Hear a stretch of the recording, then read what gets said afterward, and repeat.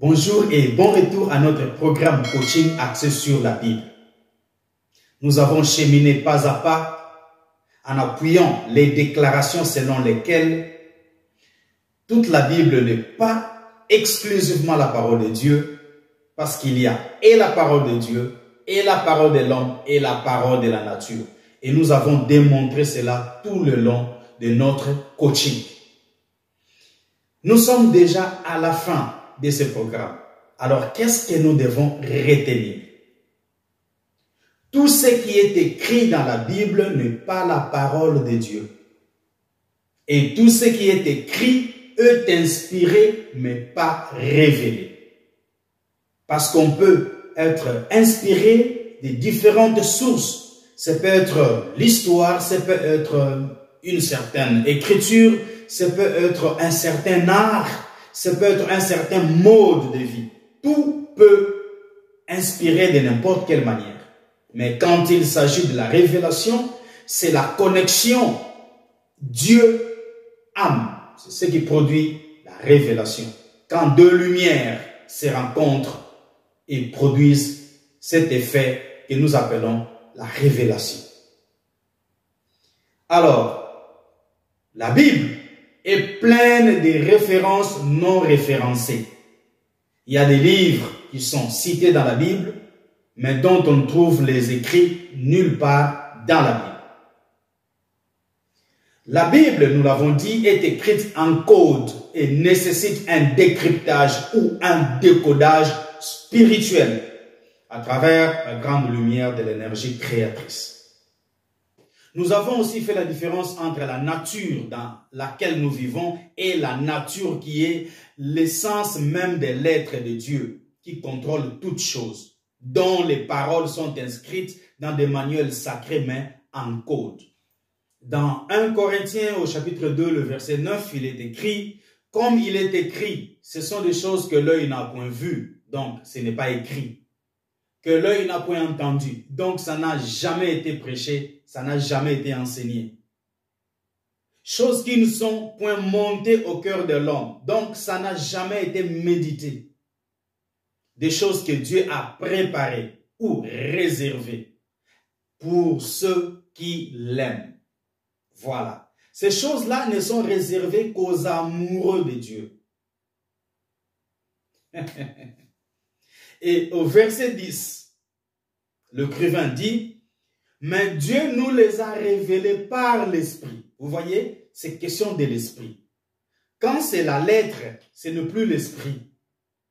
Quand c'est le texte, ce n'est plus l'Esprit. On peut s'inspirer de la lettre, on peut s'inspirer de l'écrit ou de l'écriture sans être révélé.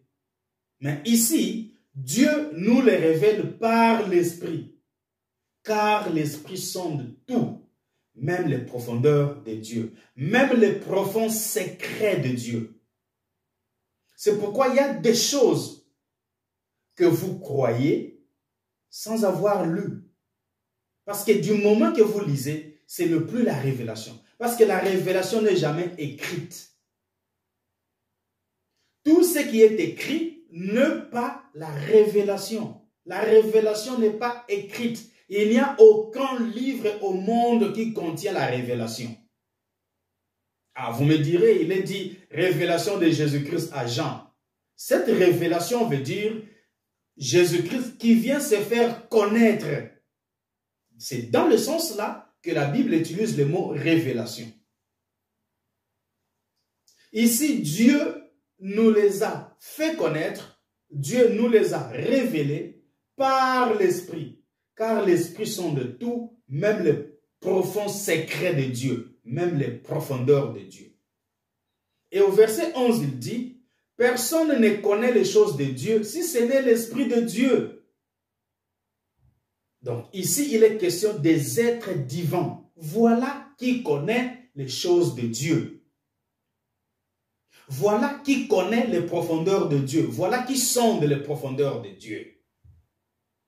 Et dans la Bible, partout où il est parlé de la naissance et de la mort d'un humain, c'est l'expression de la nature ou l'être divin à travers la nature qui est le lieu d'habitation de l'humain.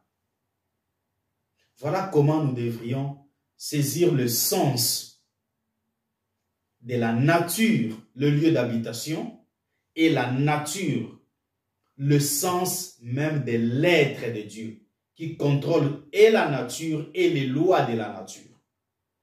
Et cette nature, qui est le sens même de l'être de Dieu, s'est exprimée de différentes manières, mais sous des langages cryptés, sous des expressions codées. Alors, pour parvenir au décodage ou au décryptage des choses cachées, il faut un travail de l'esprit, en contact avec l'énergie créatrice, l'énergie universelle, qui a inspiré les hommes qui ont écrit la Bible. Parce que ces hommes-là, s'étaient aussi inspirés de ce qui existait déjà. Nous avons parlé du livre d'Enoch, nous avons parlé du livre de Jachère, nous avons parlé du livre de Samuel le voyant, nous avons parlé du livre de beaucoup de ces hommes qui ont écrit, qui ont prophétisé, mais dont les références ne sont pas référencées dans la Bible. C'est pourquoi dans 2 Corinthiens chapitre 3 verset 6, il est dit, Dieu nous a aussi rendus capables d'être ministres d'une nouvelle alliance. Non de la lettre, mais de l'esprit. Vous voyez, nous sommes devant deux alliances. Une alliance de la lettre et une alliance de l'esprit. Car la lettre tue, mais l'esprit vivifie. Voilà. Donc nous sommes devant deux réalités.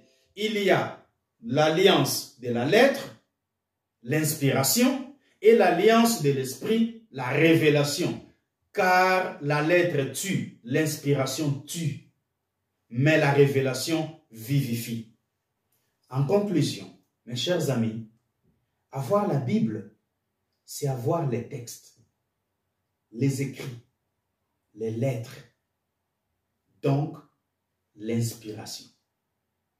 Mais avoir l'esprit des vérités, c'est avoir accès à la grande révélation, la révélation du grand esprit éternel, la révélation de la grande lumière, la révélation de la grande source de l'énergie divine. À vous de choisir. La lettre ou l'esprit, l'inspiration ou la révélation, l'homme ou Dieu, la religion ou la spiritualité. Parce que moi, pour ma part, j'ai choisi l'esprit, j'ai choisi la révélation, j'ai choisi Dieu, j'ai choisi la spiritualité. Voilà pourquoi je n'appartiens à aucune religion au monde. J'appartiens à l'esprit, j'appartiens à la révélation, j'appartiens à Dieu, j'appartiens à la spiritualité. Et je travaille jour et nuit pour ma spiritualité. Étant en contact avec moi-même, me redéfinissant au jour le jour par rapport à ma spiritualité, pour être toujours agréable à ce grand esprit créateur, source de joie, source de vie, source de bonheur, l'éternité. Ça n'a pas été facile, mais grâce à l'esprit, tout a été rendu possible. Ça a été ainsi un grand plaisir pour moi de cheminer avec vous tout au long de ces programmes coaching autour de la Bible. Tout n'est pas à gober, tout aussi n'est pas à rejeter. Prenez ce qui vous convient, débarrassez-vous de ce qui ne vous convient pas. Bonne méditation. Je veux vous voir au top. Merci.